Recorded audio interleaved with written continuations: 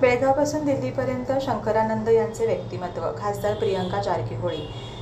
Club रोडसाठी बी शंकरानंद मार्ग फलकाचे उद्घाटन करण्यात आले. त्यांचा पुतळा बसवण्यासाठी बांधकामाचा पायाभरण शुभारंभ करण्यात आला.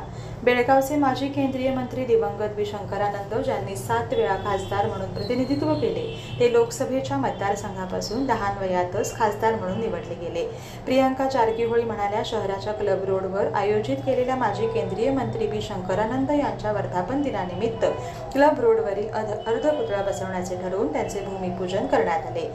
बी शंकरानंदांच्या व्यक्तिमत्वाची त्यांची ओळख अद्याप बेळगाव जिल्ह्यातील गावातून दिल्लीपर्यंतची आहे.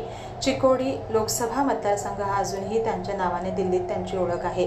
राज्यसभेचे माजी सदस्य केएलईचे अध्यक्ष डॉक्टर प्रभाकर कोरे म्हणाले की माजी केंद्रीय मंत्री बी शंकरानंद हे आपल्या बेळगावात जन्माला आले आणि ते आपल्या संपूर्ण देशाचा गर्वाची बाब असल्याचे ते म्हणाले. बी शंकरानंदांच्या यांचा एक साधा पोशाख आहे. त्यांनी आपल्या शक्तीच्या जोरावर गैरवापर कधी केला नाही. त्यांच्या राजकीय जीवनात कोणालाही त्रास दिला नाही. बेळगावमध्ये अनेक प्रकल्प आणल्याचे श्रेय त्यांना दिले. मीही राजकारणात येण्यासाठी मलाही त्यांचा मोठा आशीर्वाद, मोठी ओळख आहे. आमदार अभय पाटील बोलताना म्हणाले की शंकरानंद मुख्यमंत्री झाले नाही, मात्र बऱ्याच जणांना मुख्यमंत्री म्हणून बनवण्याचा त्यांचा मोठा हातभार आहे.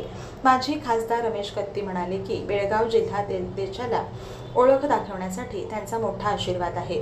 शंकरानंद आपल्या 35 वर्षाच्या कालावधीत शक्तीच्या जोरावर राजकारणाचे मूल्यवान केले.